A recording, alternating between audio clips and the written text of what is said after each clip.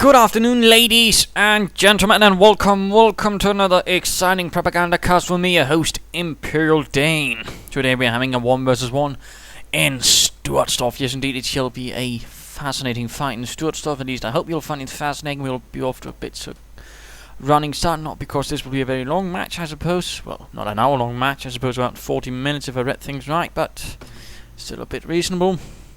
Plus, it's getting a bit late here. Things got a bit drawn out in other places, and so I had to get to work. But fighting shall be Tibasaki, 2nd Armored Division, making its way into some ruined industrial area in Alsace-Lorraine. Opposing it shall be, oh, I don't know, let's just say the 112th Panzer Brigade, sent in to counter-attack with a mix of hastily trained and equipped infantry with hastily equipped and armored forces, which was rather how the Panzer Brigades worked.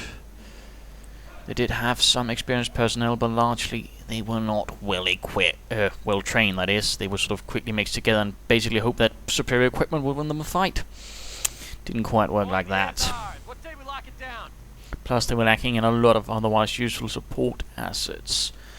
But barracks on the way for Tibasaki, of course already up. My apologies again, sort of late. Got a headache. But things have to get done, otherwise who shall do them? But we are seeing a nice move right here, a nice spread. In fact, looks like the Dancing Destroyer, whose opponent for the Panzer Brigade, is going straight for the munitions points. Quite interesting. Oh, there's a slight little problem here. Of course, it still hasn't this connected, but still. Not all bad, I suppose. Pioneers heading eastwards, though, while the Volksguards are not supporting them. They're instead on a plan towards the west, again heading towards munitions. Clearly, our friend here of the Panzer Brigade is opting for a lot of munitions to bury his opponents in death of some sort, while the Americans are taking a much more conservative approach, going for munitions, going for fuel, but not directly rushing for anything. And hanging out here again, this munitions point being quite vital for the plans of the Dancing Destroyer. Though why he calls himself that is beyond my understanding. But again, he's going to need that point connected very soon, otherwise again this is going to be cut off rather swiftly, thus denying him any long-term benefits. Volksguards continuing up here, actually going for a fuel point this time around. Additional Volksgrenadiers. I suppose they could be considered Panzergrenadiers in that sense of the Panzer Brigade. Again, not well equipped as such, well trained somewhere. Others weren't, well, they could have also just been Volksgrenadiers, as they also did support them. My apologies if I'm rambling a bit as well. Otherwise, the rifle are advancing. Jolly good there, taking up position again. And note, cover, light cover. Also remember it's directional. In such cases here, you can find some decent good usage of it. Volksguards taking up heavy cover though. And a nice position there, taking up a house right here to fight out on the Volksgrenadiers, but they do quickly get out of the reach of the building. Nice job. Engineers and pioneers right here, and so far the American commanders already secured most of it, although, of course, this sort of swift advance toward munitions has slightly benefited the Dancing Destroyer. Observation posts report we are losing a though for how long is, of course, another question. Looks like the engineers might be losing the fight over here now. Could be the pioneers. A bit hard to determine. Pioneers forced off here. What further units are on the way for him? Looks like an MG42 and barbed wire here to deny cover. Not entirely sure why he lays it down there. I rarely see it like that, but just because I rarely see it doesn't mean it's bad. Always, and there we go. MG42 opening up on these riflemen, gunning them down. And I suppose some of the later Panzer Brigades might actually have had trucks. The early ones were the best equipped, essentially. All the later ones were sort of then less well equipped. They had more tanks though, about the same amount of infantry. Perhaps there's less amount of half tracks actually, if I'm not entirely mistaken. But ending up here, and we are already seeing some good mining early on here from Tibasaki. Again, mining is nice, very nice. We'll be seeing the same here from our Wehrmacht friend. No, the Dancing Destroyer keeps on dancing and destroying. Will he be rushing into this building? I mean, this is a reasonable broadside, and yes, indeed he does. Forcing away the rifleman quite swiftly. Although, of course, he just rushes over here, where he can then sort of basically fire into it, and they can't do anything. Engineers moving up with flamethrowers on the way. Jolly good. And there we go, cutting off the resources to the dancing destroyer, as was feared, I suppose, by him.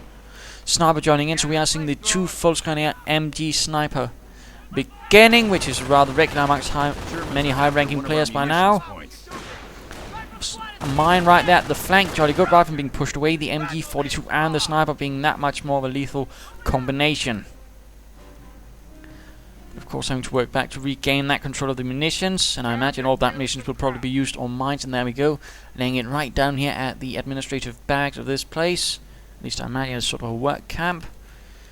The Germans were quite fond of having other people work for them. Either they sort of entice people from the regions they'd captured, or basically just conscript them as workers. Not nice people, those Germans. Or at least not the administrators. Anyways, rifle moving out here. And if they're really lucky, they'll set off this mine, which... Oh, 1 mine off, and... Also taking out 1 here, killing 1 of the gunners. I mean, again, you have to sort of remember, building is in essence a 3-dimensional thing, and of course, depending on where they are, the units inside, they can take a lot of damage from different things. Although from artillery, buildings can shield until the whole thing collapses. So a little fun fact there. And of course, in this case, mine was pretty close, and they were all sort of standing at the windows looking, hey, look, Sicily, Yankees, Hans! And then they got killed. Well, 1 got killed. That was probably the one yelling and pointing. The others just got shrapnel in the face. But fighting on here, Volksgrenadier is looking pretty bad. Mine again, doing quite a nasty job. More mines going down for the dancing destroyer. He's not bothering with flamethrowers. It seems like it's not even an MP40. More mines. Oh my goodness, 3 riflemen down right in front of the Volksgrenadiers. They're quickly being pushed off. Another dead. Oh my goodness. Only poor Hank is left to make the run here for Tebasaki. BAR's now on the way. He still retains all 4 rifleman teams. Continuing up, nice flanking here, nice harassment right there. And of course with the BARs he could pull off a nice flank as well. Another MG42 moving out for the dancing destroyer. So 2 MGs, 1 sniper and 2 Volksgrenadiers. Oh wait, I think he might have gone for 2 snipers. Yes, indeed. 2 Volksgrenadiers, 2 MGs, 2 snipers. That's pretty bold. That's not what you usually see, honestly. Our forces are taking casualties. But there we go. Engineer team down to the rather high accuracy of the snipers. Clearly he's not giving up. Right. Oh, getting caught right in the middle of everything. He's gone for grenades as well. Again, no. Oh, in this case they were apparently quite lucky and about to get out, in which case they were elsewhere. I'm not entirely sure what's going on, but there we go. Grenade. Killing 1 another rifleman, basically just running around corners. But of course in this case the dancing destroyer is probably hoping to drain his opponent of manpower using those 2 snipers. Of course the question is, how will Tebasaki react to this? He is holding most of the maps, he could pull it towards a greater advantage. He does pull up, but not before he gets that but without getting that MG42. That's... Oh, if he just stayed a second longer he might have been able to knock it out. Volksgrenadier is hiding inside this barracks. Rifleman moving up. Hoping to catch those snipers. Snipers have to be careful. Getting hunted down. Oh, rushing into the mine again. Oh dear, 2 more down. Those mines are really paying themselves off right here for the dancing destroyer. Again, noting how powerful a good, well-placed mine can be. My goodness, they're really doing a lot of work for him. But at the same time, Tebasaki is wisening up. He is getting minesweepers, so that's pretty damn good as well. But how shall he be reacting to this? He's of course forced to reinforce a lot now. He's gone for a trio center. He's hoping to keep up the infantry fight for a bit longer, but I would recommend him quickly moving on. Otherwise, of course, the snipers and the other things might just constantly drain him down. Pushing up here in the western flank, Pioneers Volksgrenadier MG42 with the snipers in tow. Already 14 kills together, although they've still got a bit to go to really earn themselves in. And Rifleman rushing into the MG42. That's not good. And I would not be surprised though if the dancing destroyer decides to go straight for the Sturm Armory. It's not uncommon again for players who go pretty heavy on the first tier to then sort of use that for an advantage and then go for armored counter Sturmgeschütz. Supply out going up right here. About time. No doctrinal choices. Pioneers getting caught right here. And getting run off. Jolly good. Minesweeper engineers quite fortunate, having laid down some mines themselves. Good job there again. Try to lay down mines where your opponent doesn't perhaps expect it, even under his nose. If you can get away with it, is pretty damn great. The best mines are the ones that are never expected. Oddly enough, right? A bit of action here. Engineers getting suppressed quickly. Not looking good. Nice attempt at the flank. Oh, he's making a huge push here. Oh no, and there's of course the MGs. 2 MGs right in the middle of a road. Oh no, that's the stuff of movies where you see a lot of poor fellows getting gunned down. And there we go. Lots of chaps going down. Full retreat. Did not work out. Rather than them moving in from the flank, perhaps going to get off a grenade. Yes, indeed, they don't get cared about the snipers. There we go, 2 gunners down. Rather than also pushed away, though, with heavy losses supplied up, so we imagine we might be seeing something there soon. No, he's going for the Krieg barracks. The Dancing Destroyer is actually going for the Krieg barracks. And we'll actually have a switch over to him. That's quite interesting. A bit unusual, I suppose, but of course he might be feeling a lot less confident in a Sturm armory start, although he's having quite a few resources. There we go. Dual packs, and of course he's probably expecting his opponent to perhaps go for Shermans. And why is that? Well, note how much of the territory he's been holding, and this he's been holding for the larger most of the game, plus that high fuel point. And usually, if an American commander can hold, and there we go, tank depot, but if an American commander can hold the majority of the fuel points for the larger point of the early game, he does tend to go for the armored depot to get Shermans. And of course, it's not uncommon for an American to go pretty heavy on the infantry with grenades and BARs, and then sort of have that lead the way towards the tank depot. So in that sense, I mean, it makes sense actually. He might not have felt so confident going for Sturmgeschütz, although I suppose he could actually gotten away with it. Then again, he would only have been able to fall one, whereas of course just going for the Krieg barracks allows him a lot more resources for packs. I suppose you could also get some grenadiers now with a Panzergrenadier. Larger push here. He's continuing up the eastern area. Grenades at the false grenadiers. Will he get them out of the Dancing Destroyer? No. They shall die by the Opel Blitz. Oh my goodness. All cleared out right there. As for the Opel Blitz, it's probably one of the more recognizable trucks the Germans had, but they actually had an awful lot of trucks, which actually became a bit of a problem for them because that it could create a huge logistical problem because they'd had to get the right spare parts to the right trucks, which was a bit difficult if one unit had a lot of French trucks, another one had Russians or German or Austrian or Belgian. I mean, they had a lot of trucks being made everywhere. It was quite crazy, and later on in the war they sort of tried to sort of get it down, but I mean, I believe at one stage they had 50 different trucks or something similarly 2-digit. That wasn't quite clever. But that was basically due to them holding a lot of different industries, including the Renault factories, which of course made the Renault 35 tanks and so on. They also had the Czechoslovakian and a lot of basically. But they again had a lot of trucks for different purposes, a lot for moving about infantry and such. Anyways, tank depots up. I imagine we'll be seeing a Sherman now. And there we go, setting up the packs here, of course, expecting pretty much the packs to go, the Sherman to go here, the straight point. So establishing a pretty solid anti-tank position. We'll of course have to see how this works out for the Dancing Destroyer. You're looking in the wrong way, Helmut. It's that way. Anyways, perhaps being a bit silly, bunker going up. We're losing territory. Small engagement here, Grenadiers have joined in. No Panzergrenadier, quite interesting enough for the Dancing Destroyer. Perhaps feeling that the... And there we go, Sherman as predicted. Perhaps feeling those 2 packs there is enough. Of course, question is, will Tebasaki go for here, or will he sort of try to keep on the flanks in? Of course, this is also better tank country in that sense, because if there's a pack there, in a certain sense, they can't quite as easily get from. This is in fact the best spot for packs, because, well, a lot more open territory. There's not so much that the Germans can hide here, unlike here, for example, lots of buildings where you can basically drive around and then sort of go, hey, Sherman.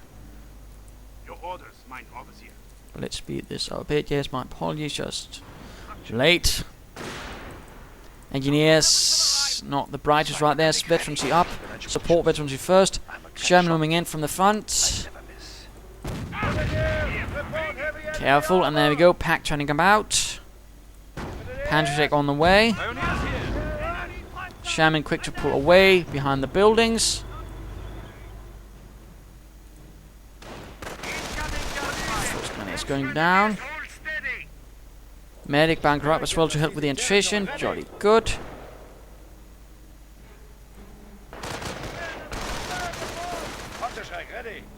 Looks like those riflemen will be making a run for it as well. No supplied upgrades, no medic stations. No counter snipers either, or artillery or anything that could be of help. And no doctrine for the dancing destroyer. I don't think we should doctrine from either side. Veterans on the way for the infantry. More Grenadier. That's good. Mine here. More Panzerschrecks. And there we go, a second Shaman for the armored division. Huzzah, hurrah. And a Star Spangled Banner. MG, and looks like some Grenadiers make... Oh, and they hit a mine again. Nicely done there.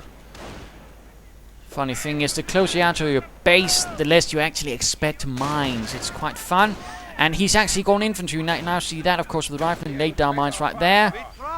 Cheeky fellow. Shaman moving up. Catching some Grenadiers. Other Shaman moving up here on the western flank. That could actually work. Shaman though here needs to get away, get away, get away. Getting hit in the flank by the pack. And he's actually moving up here, hoping perhaps there's no packs. Of course, they're all occupied towards here. And yes, indeed. Shaman though needs to get away. Now pushing up here, running right into the snipers and the MG. He's calling in artillery. Whoa. Seeing some sort of distortion effect going on here, that's not good.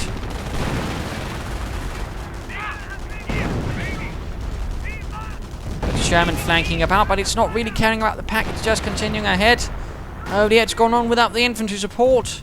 And again, not sure what's going on there. Base is taking fire. Moving right into the German base, Grenadiers are moving in.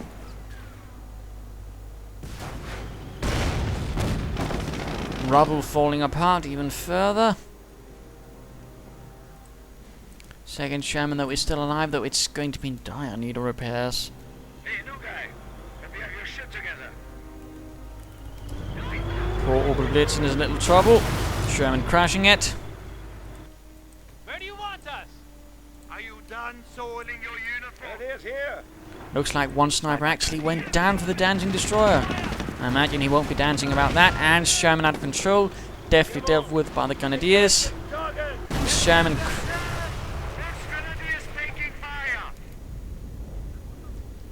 Yeah, I'm not entirely sure what's going on there.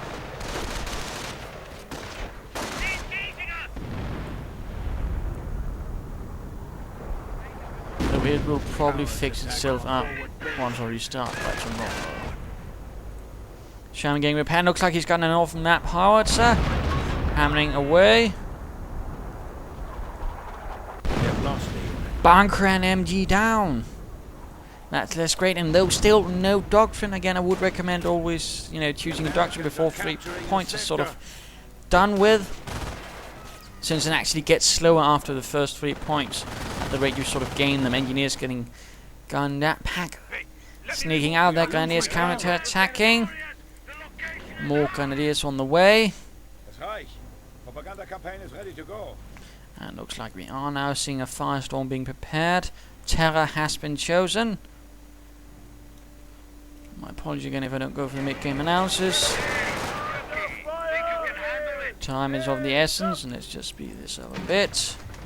Of course, endeavour to do better for tomorrow, or the day after. Counter-artillery looking like blockade fire. Firing up here towards the MG. Will he get it? Close, but no Cigar. The MG gets out of there, although not without losses. Shaman moves out. 7 kills for the house. A small engagement out here. Grenadiers and riflemen fighting it off. Veterans here on the way for the infantry, making them tougher. And the Sherman going up against Grenadiers and Fult's Grenadiers doing quite a bit of damage. Right, moving up to support. Pack nowhere, but moving in. And this other pack is a bit left behind. If he were to move into the center, of course, he could find some opening. But I think Mr. Tebasaki he's down to 3 rifleman teams, although again, medic stations on that could have helped. Of course, he could also go for Rangers now, I believe. Have them lead the way. Pack needs to get away. Get away, in particular since it's actually gained veterancy, making it faster, which could allow for a more speedy assault elsewhere once it's gotten repairs. There we go, getting out of there with the main gun destroyed. Sniper on the way for Tebasaki to counter those crap snipers. Engineers walking the wrong path. Not good, and looks like the dancing destroyer is making his way against Tebasaki's forces. Second Armoured has lost its steam. And of course now he's actually opened up for the German player to walk in because no MGs here. Oh dear, he could even perhaps even knock out or call in artillery right on it. Yes indeed, a firestorm. Engineers need to get away, get away, get away. Oh, the sniper, he gets right out as firestorm gets called in. Talk about bad luck. You arrive on your new assignment at the front and then you get hit by incendiary rockets. That's probably one of the worst work days ever.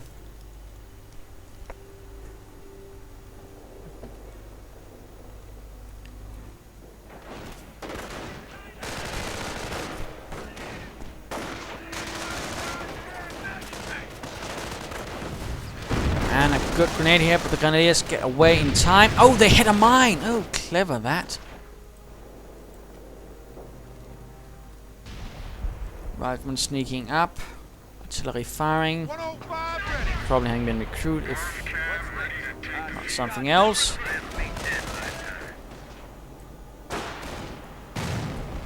And he's firing directly at the Wehrmacht base, and again, that's why I placed other buildings as far away from the entrance, because I imagine that's where he's firing. We are losing a Because that way you can also reinforce just even when there's artillery barrage going on in your bloody base. Well, in this case it didn't do much because again his opponent was a bit lucky there was no one there. Panzer Command on the way. Claims they can support rapid deployment. Rangers could be prepared but are not.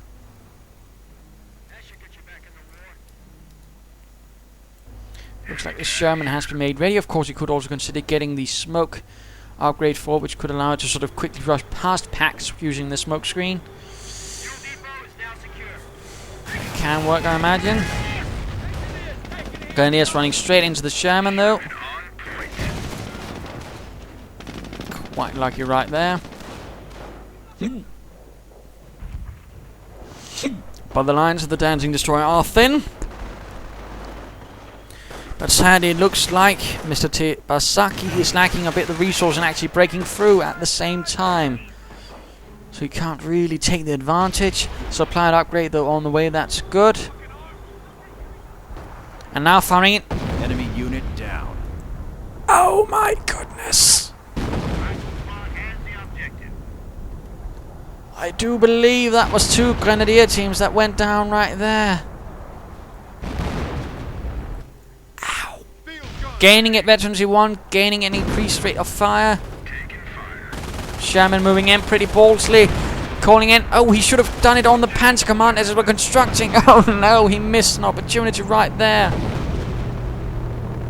I'm hearing a V1 somewhere. Where could it be? Oh my bugger!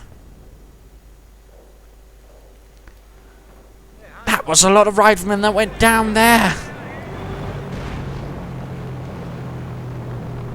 Yeah, I'm not entirely sure what's going on at the moment. Things seem a bit unstable. Can happen from time to time. Still, that was absolutely nasty. And sadly again, he got the Wehrmacht quarters, but that wasn't what he wanted to get. That was probably that Panzer Command.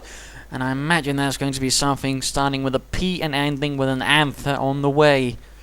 And now there's a sniper running around. Lines are collapsing. And there's another sniper on the way. Oh dear, this is not going to end well. Observation posts report we are But let's losing speed this up a bit. Again, my apologies for letting my failings affect the propaganda cast. Oh, pack discovered. Rifleman getting suppressed. MG, perhaps, or what did that? I'm not sure.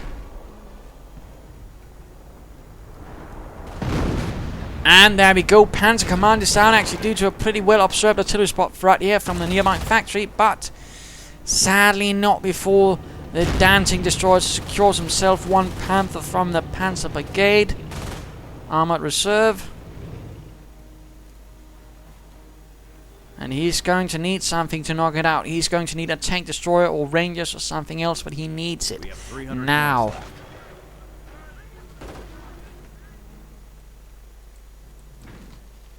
And he's getting more snipers. I'm not entirely convinced he wants more snipers at the moment. He probably ought to be aware there's a Panther. And the funny thing about Panthers is snipers don't do anything against them. It's a sort of fun fact, which I know might surprise some players. But snipers can't really do anything against tanks. Nor Tom Hanks. Yes, that was a rhyme. Pretty poor one. A Panther moving forwards. Artillery firing, hoping to catch the Panther perhaps. Or hoping to knock out that MG. And he lost the sniper. His own there to the German one, of course, who at the same time sort of cleverly revealed himself inside the American base. Which perhaps was less clever, although he got a German-American one. And he gets away. Cheeky bastard. Losing ground out there. Clearly things are looking pretty grim for Tebasaki. He's a bit trapped in his base. There's a Panther on the prowl now with Veterans 1. And he doesn't really have anything that can really stop it. He has no anti-tank guns, no Panzergrenadiers, no bazookas, and only one Sherman. Crowds are grabbing our territory. Which, unless he somehow by a miracle gets it to Veterans 3 and gets it outgunned and then catches the Panther after it's hit several mines, it's not going to win. And oh dear, if he just built those mines, he might have been able to pull it off there. But what will happen now? What will Tebasaki do?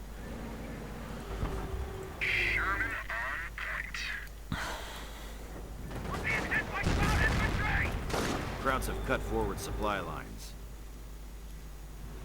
A bit quiet, a bit quiet. We're losing a fuel sector. Not giving up though.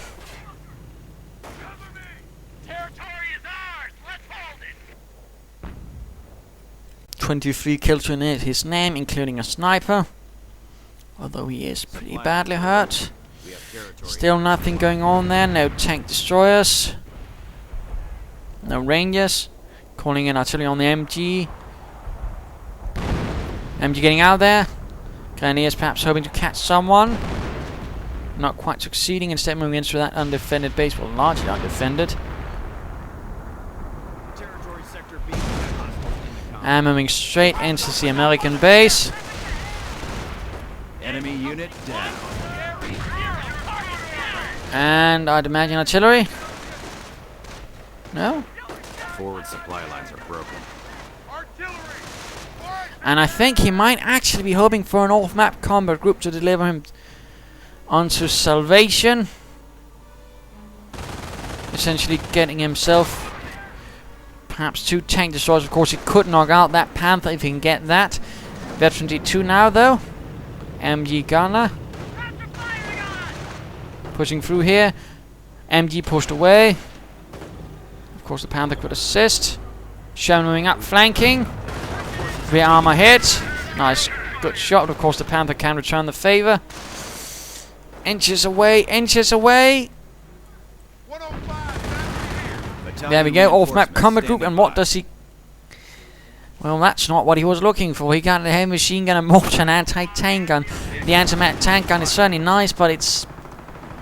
I imagine he'd perhaps been hoping for more to deal with that Panther.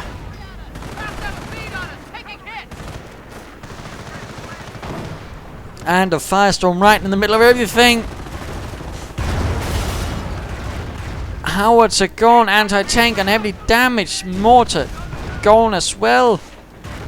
At least the mortar crew is. This is pretty bad for Tibasaki. Is under attack. And one might argue largely game over.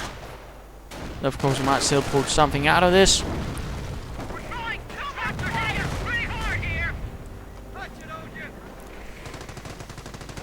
But he's clearly not giving up, and in this case, the Dancing Destroyer is not being foolhardy. He quickly pulls the Panther out of there, not wanting to risk anything. So cautious commander, in particular since he's himself suffered quite some losses. I mean, he's down 1 Wehrmacht quarters and 1 Panzer command. So I mean, clearly Tibasaki is able to punch it back if necessary. And he's got a veterancy 2 Sherman now, which of course means the Sherman actually has increased penetration. So it's going to need an upgun to really be able to do anything against that Panther.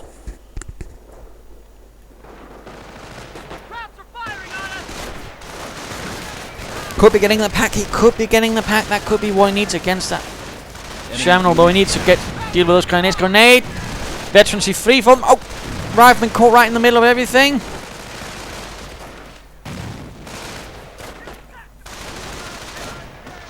And a BAR secured by the Grenadiers, increasing their firepower and leaving the Rifleman in a lot more problems. Sherman quickly rushes in. Both anti-tank guns are gone. Actually, that could be to his advantage. Except, of course, there's the light cover, which makes them a bit harder to deal with for the Sherman. And now the Sherman is taking frontal hit from the Panzergrenadier, and Panther arrives as well. Heavy machine gun has arrived, but I don't think it will be enough for the Sherman. I believe it might be gone. Pack arriving, sniper sniping the MG. One of our Sherman has been destroyed. There we go. Will the Panther get out of there, or will the Pack get it? With armor-piercing rounds, perhaps? Another hit, and it could go down, but no. Apparently the Panther does get out of there. Would get sniped. And there we go. Panther making out of there quite alive. We're down to 200 points. I believe he might have gotten some replacement riflemen. Actually, no, wait, that was from off-map combat group, and it looks like he's not getting another one. What is he getting? Problems, it looks like. And an increasingly large butcher's bill. Let's speed this up a bit. Let's... Losing ground out there. Yeah, I think this might be it actually, so let's just call it finishing again. I apologize, this is probably not one of the best casts as of late. But I do hope you'll find it entertaining, or at least educational, which is certainly what this is about. But here, what really lost Tibasaki this game? Well, it was a sort of combination of things, really. It was partly, again, the sort of attrition, which the German commander with the 2 snipers was quite capable of doing quite well. Had it not been for that, things might have looked different, but again, he had nothing to really mitigate for that, and the supply upgrade came much too late, and no medic station either. Plus that V1 right there. Oh, that was brutal. Knocked out 1 rifleman team, brutalized another one down to 1 man, so that was bad. And of course, when he then came with the artillery, he was just too quick on the trigger. Had he been able to get that Panzer command down earlier, he might have had a better chance, but sadly it did not happen. And that sense, the real sense of his doom really came about in that Panther. I mean, again, had that been prevented, things again would also look different. But it was the combination of those things that really brought him down. I mean, it wasn't all, you know, beer and skills for the Dancing Destroyer. There's noting as his base, of course, got pummeled by artillery. It looks like he got another Panzer command. Other positions got pummeled. MG snipers, packs lost. But he kept bouncing back, of course, due to veterancy. And of course, due to those snipers really draining his opponent. And of course, I suppose, enough Grenadiers. So there you go. I do hope you enjoyed this game. If you did, why not subscribe and tell your friends? And if you didn't, well, why not send in a replay of your own? This is Imperial Dane saying cheers.